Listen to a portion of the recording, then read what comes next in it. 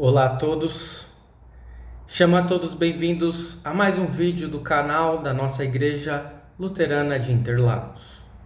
Você é muito bem-vindo, muito bem-vinda a participar deste momento em que nós queremos trazer a reflexão do último domingo, 17º domingo após Pentecostes.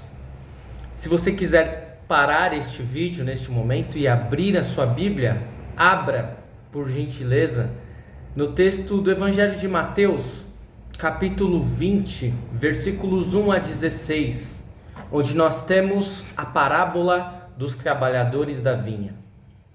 Mateus 20, 1 a 16. Você pode fazer essa leitura e depois retornar ao vídeo.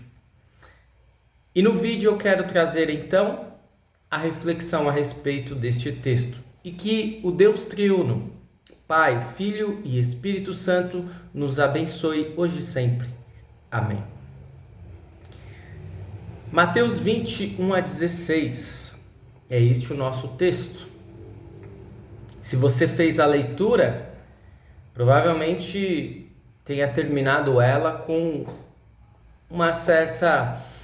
um certo desconforto, porque normalmente essa leitura, a leitura dessa parábola vai nos causar um certo desconforto, sejamos sinceros. Logo nós pensamos num tema que normalmente faz parte de discussões até ideológicas, que é o tema da meritocracia. O que é meritocracia?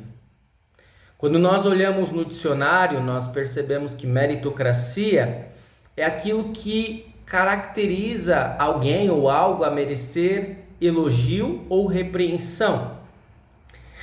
É quando nós observamos aquilo que é digno de qualidade, que é apreciável em uma pessoa ou coisa. Normalmente, quando alguém ganha uma medalha, uma medalha esportiva, uma medalha acadêmica, lá está escrito honra ao mérito. Em discussões acerca de trabalho e até ideológicas, nós percebemos que muitas vezes a meritocracia está em pauta. Queremos que os melhores ou aqueles que de fato merecem possam receber uma premiação, um aumento de salário, uma promoção. E quando isso não acontece, ficamos indignados. E diante de tudo isso, percebemos que a meritocracia, ela tem o seu lugar em nosso mundo. E o contrário da meritocracia pode gerar problemas muito graves para uma empresa, para uma sociedade e também para um grupo, porque o contrário da meritocracia normalmente vai ser um jeitinho, vai ser uma injustiça. E diante de tamanha importância, nós podemos exaltar a meritocracia entre nós. E podemos também buscar a excelência, porque se nós buscamos a excelência, nós consequentemente vamos merecer algo de bom. E nós teremos um prêmio, nós teremos uma conquista, uma promoção, um aumento de salário. Por isso, a meritocracia está intrinsecamente ligada à busca pela excelência, que é catalisador de boas ideias, de invenções, de coisas benéficas. Agora, em um mundo de 8 bilhões de habitantes, a busca pela excelência não é simplesmente uma virtude, mas é uma necessidade. Porque não basta ficarmos na média.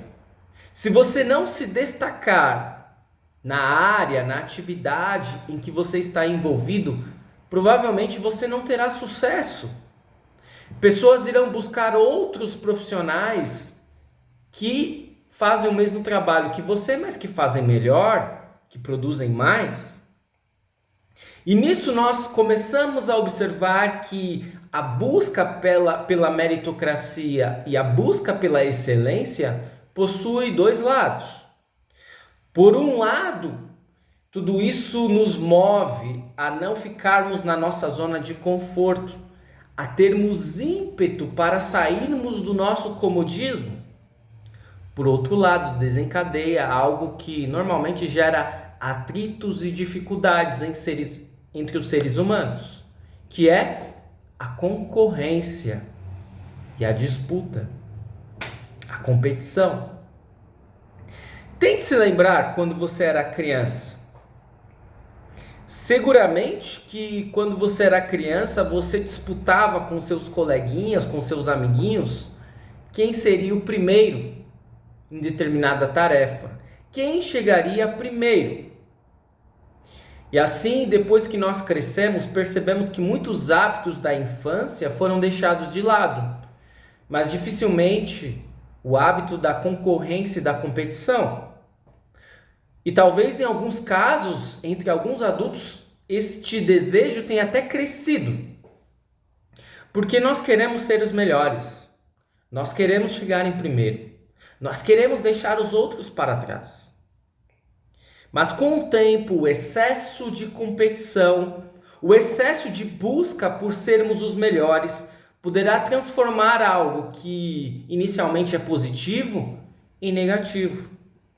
Ao invés de termos uma sociedade melhor, poderemos ter uma sociedade mais rachada, repleta de inimizade e de disputas.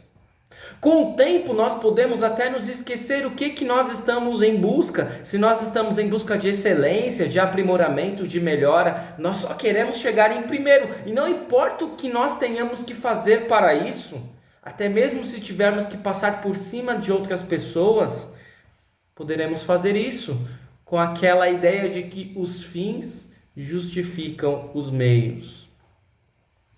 Contra essa lógica de disputa, de concorrência, nós temos diante de nós hoje o texto do Evangelho de Mateus, capítulo 20, versículos 1 a 16, que fala a respeito dos trabalhadores da vinha, da parábola dos trabalhadores da vinha.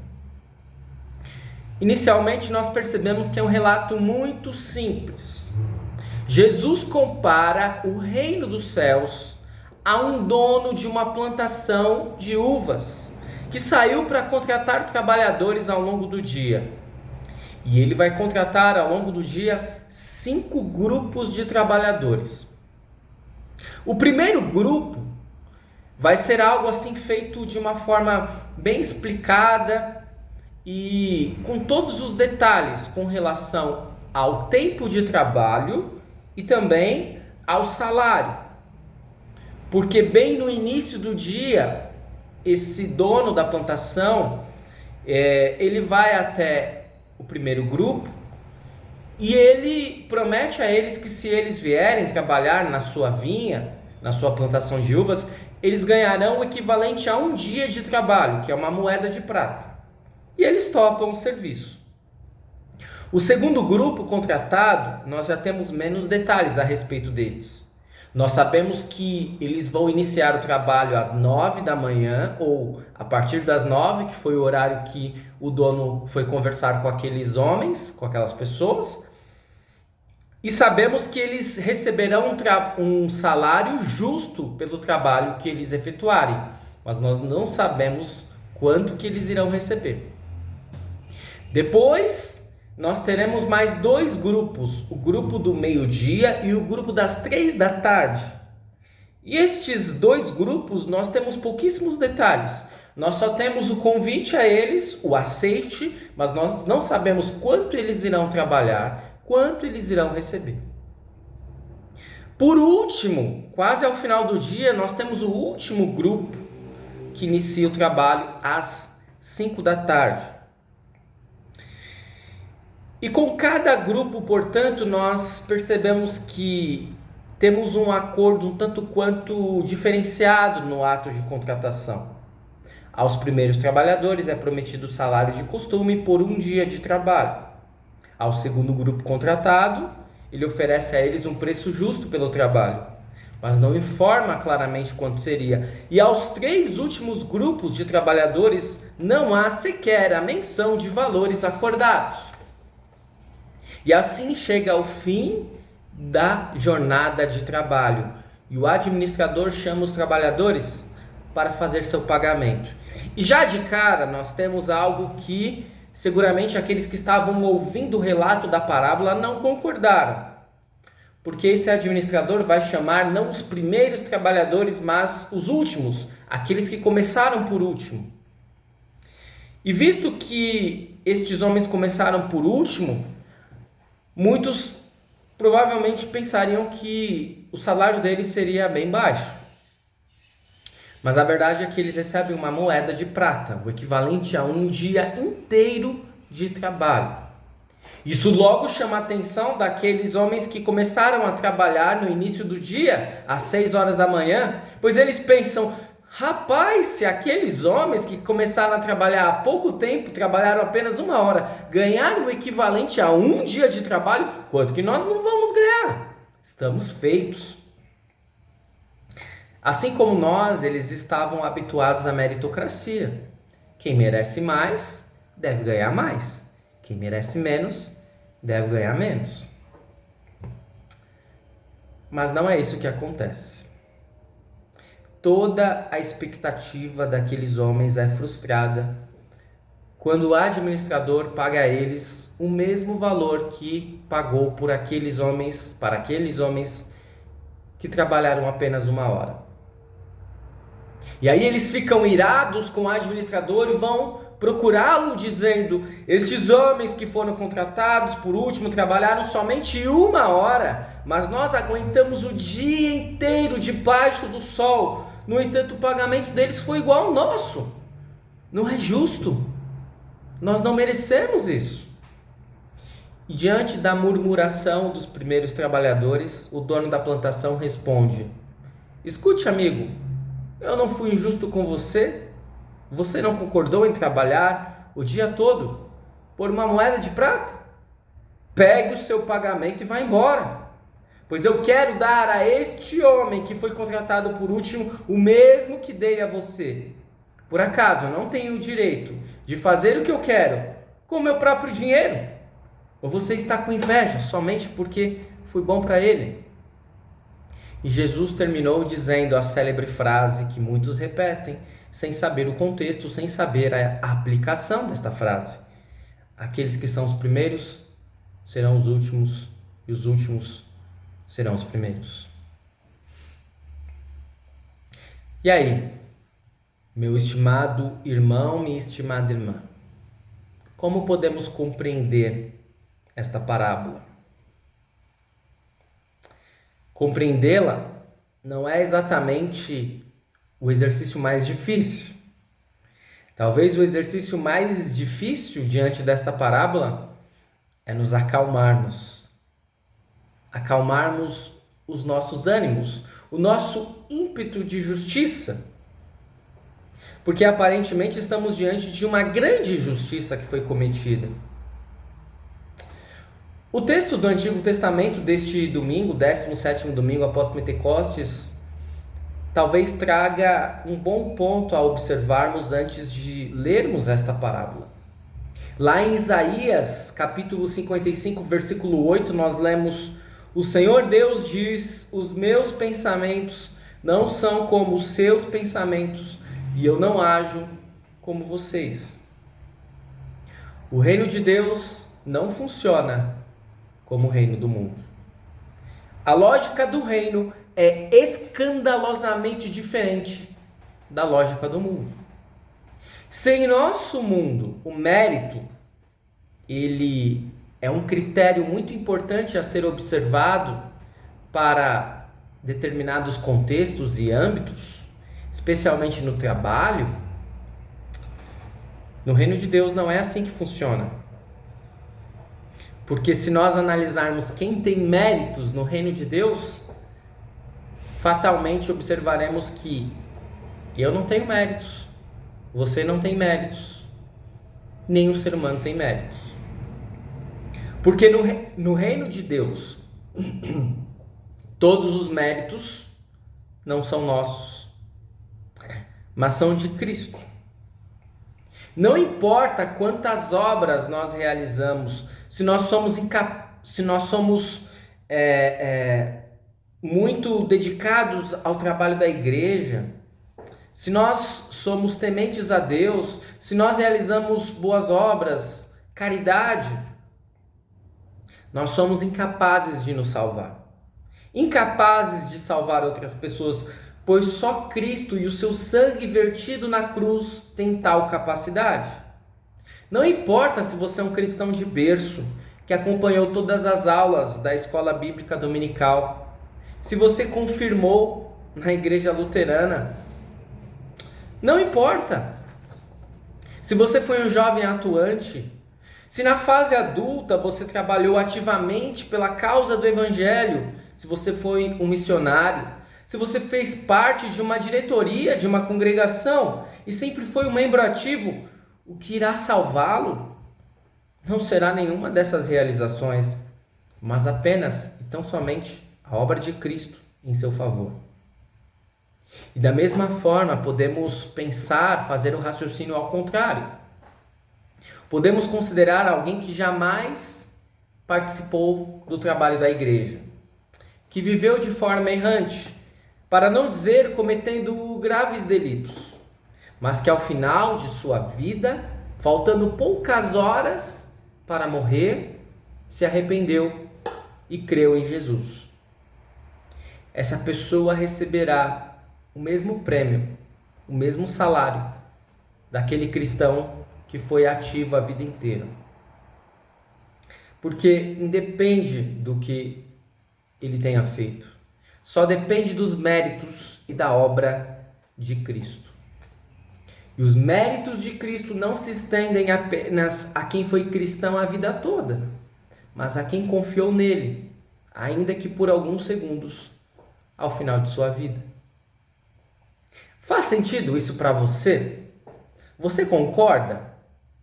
Seja sincero. Em termos humanos, nós não aceitamos muito bem essa lógica do reino. O problema é que se nós dermos vazão ao sentimento humano de merecimento, poderemos correr sérios riscos espirituais de nos acharmos injustiçados, assim como os trabalhadores da vinha. Talvez em uma lógica desvirtuada poderemos pensar da seguinte forma: se não faz diferença em que momento eu for contratado para a vinha, então é melhor ser contratado por último, que aí eu posso aproveitar a minha vida como eu bem quiser e entender. Será que isso seria melhor para nós mesmos? Voltemos um pouco ao texto. Quando o dono da plantação sai para contratar trabalhadores às 9 e às 5 da tarde, há um detalhe que talvez passe batido por nós, mas que eu julgo ser relevante na compreensão desta parábola. O que aqueles homens que seriam contratados estavam fazendo? O texto é muito claro e diz que eles não estavam fazendo nada. E a verdade é essa: quem ainda não foi contratado está perdendo tempo. Não apenas pelo fato de estar correndo o risco de perder a sua salvação, mas de estar se dedicando a sua vida a algo que não vai se sustentar, que vai passar, porque tudo nesse mundo e nessa vida passa. Somente o reino permanecerá. A verdade é que, ainda que o salário seja o mesmo, é um privilégio ser contratado antes. Porque viver a vida com um objetivo errado não é nada bacana. Agora, viver a vida com o objetivo eterno, faz toda a diferença. E além do mais, os primeiros trabalhadores, eles foram gananciosos. Eles desejavam receber mais, quando na realidade eles não precisavam receber mais. O salário equivalente a um dia daria a eles o sustento que eles precisavam. Dificilmente eles teriam topado se o dono da vinha tivesse oferecido menos do que o salário de um dia. Ora, o prêmio que nos é garantido ao sermos chamados é o maior e mais valioso prêmio que podemos receber. E não há nada que tenha maior valor. Por isso, consagrar a nossa vida ao dono da plantação é um privilégio e a melhor coisa que podemos fazer. Não somente pelo salário que iremos receber, mas porque já recebemos muito mais e nem nos damos conta disso. Se na interpretação desta parábola focarmos nos primeiros trabalhadores, nos sentiremos mal e até compactuaremos com um sentimento de injustiça deles. Se na interpretação desta parábola focarmos no quão misericordioso e gracioso o dono da plantação é, então ficaremos muito agradecidos por termos sido chamados por Ele, independentemente do horário em que tenhamos sido chamados por Ele. No final das contas, nenhum dos trabalhadores merecia ser chamado. Qual é o mérito dos primeiros trabalhadores? Eles trabalharam mais, mas a plantação não era deles. O salário que eles recebem não era deles. Amados no Senhor, a meritocracia tem o seu lugar no mundo. É importante, sim, é verdade. Mas no reino, todos os méritos são de Cristo. Por isso, os últimos serão os primeiros. Não é algo que deve ser levado ao pé da letra. O que precisamos observar é que enquanto há vida neste mundo, há uma luta incessante pelos primeiros lugares. Mas no reino, só há 2 lugares. O primeiro é ocupado pelo único que possui méritos, que é Cristo, nosso Senhor. E o outro lugar é ocupado por nós. Aqueles que são salvos não pelos próprios méritos, mas pelos méritos de Cristo. E se nós ocupamos o último lugar, aquele que nos cabe por direito, quer dizer que nós somos alçados ao primeiro lugar, por aquele que é o primeiro, mas que se tornou o último, morrendo em nosso lugar para nos salvar. Compreendem agora a frase, os últimos serão os primeiros? Que na igreja também possamos procurar viver não pela lógica do mundo, mas pela lógica do reino. Aqui não interessa quanto tempo você tem de congregação, não interessa se alguém serviu vários anos na diretoria, ou quem sabe foi ou é pastor. Aqui o que interessa são os méritos de Cristo. E nós enxergarmos todas as pessoas como alvos do amor de Deus. Todos estamos no mesmo patamar. Todos possuímos a mesma dignidade, localizada em Jesus e não em nossos próprios méritos. Que possamos compreender que todos estamos no mesmo barco e que todos somos salvos pelo mesmo e único mérito que é de Cristo Jesus, nosso Senhor e Salvador. E assim nós viveremos de uma forma diferente, trataremos todos de maneira igual e estaremos muito mais próximos de observarmos as pessoas como Deus nos enxerga. Eu espero que esta mensagem tenha sido de grande proveito para você, para a sua vida, para a sua família, que você tenha uma abençoada semana. Continue seguindo o nosso canal, curta, comente, compartilhe, ative o sininho de notificações e até o nosso próximo vídeo. Fique na paz do Senhor.